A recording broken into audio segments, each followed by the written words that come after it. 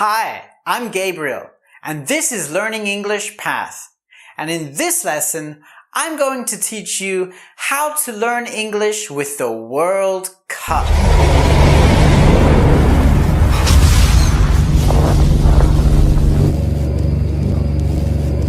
So a few days ago, I shared with you how you can learn English with football. If you haven't watched that video, I highly recommend you go check that out. And if you like any of my videos, by the way, please subscribe so you can get more of these lessons automatically, okay? It also helps me to continue to make these lessons for everybody. So today, I want to show you how you can learn English with the World Cup. So how's that different from learning English with football?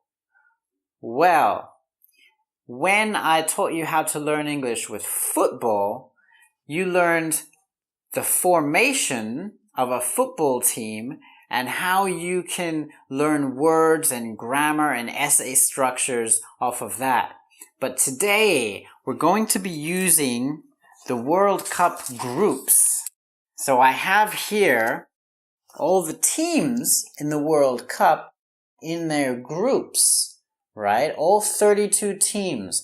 And I've split them up in order of their groups. So you've got Russia, Saudi Arabia, Egypt, and Uruguay in Group A. Group B, Portugal, Spain, Morocco, Iran, and so on for all of the 32 teams. Now it's very important, just like in the Learning English with Football video, it's very important that you do this with a pen and paper or a pencil and paper, okay? You're using your hands to do this because if you try and do this on the computer, it doesn't have the same effect. You need to make a map in your brain, in your mind, and you need to you need to use your hands to make that map. Because there's something about your hand-eye coordination and writing something down and mapping that out. There's something about doing that goes into our brains so that we learn what we're trying to learn much better. Now, using the computer, it does not have that effect. Not to this degree. So, what you can do with these teams is associate each team with a word that you're trying to learn. So you can learn so many words with this technique, right? If you think about it. So, firstly, an important point is that you should already be familiar in your mind with the World Cup groups. Now, if you're a big football fan, if you're following the World Cup, then you'll know these groups well. So that is a big advantage, okay?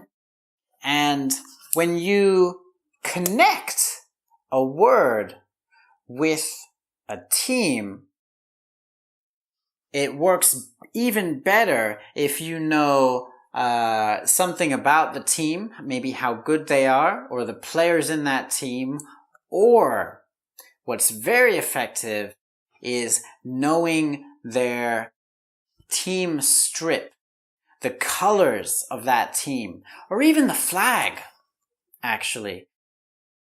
Because if you can attach color in some way to these words, to these memories, that's even more powerful. And that's what's great about using these teams as well, because usually a team has a strong association with team colors. So that helps a lot if you know that as well. So what's really good for you to do is to divide all the words that you want to know, divide them up into groups. So here we have 8 groups. So it's really helpful if you have maybe 8 different categories of words that you want to learn, with just a few words in each category. It doesn't have to be that way. It can be 4 categories of 8 to 10 words. That's also fine. Because what you can do is, let's say in group A and group B, let's say you want to learn 8 different kinds of foods.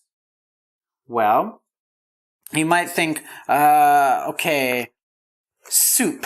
I want to really remember this word soup. So what are you going to do? You're going to write the word soup next to Russia. Okay? So here you've got, if you can see that, Russia, soup. And what's good to do now is you can think of Russian soup. A Russian person eating soup. Or the Russian football team all carrying bowls of soup.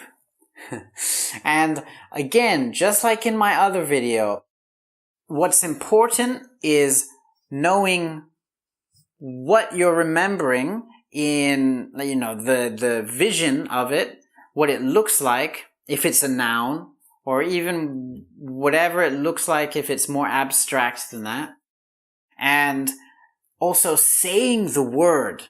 So saying Russia, soup. Russia, soup. Yeah, I know what soup is because I remember this image of Russian people eating soup, right? So you have to say the name of the team or the country and the word you're trying to remember. So Russia, soup. Russia, soup. It sticks with you. So you're not going to get very confused about what soup is anymore. If you hear the word soup next time, that will automatically register in your brain because you have created this memory of the word soup with Russian people eating soup. Right? So it's easy. And then you can put other foods next to the other countries and make a memory in your mind. And not just that, but the order. The order is very important. Even though you might not need the order for any reason, just having this as a kind of map just makes that memory even more significant in your brain, even stronger, okay?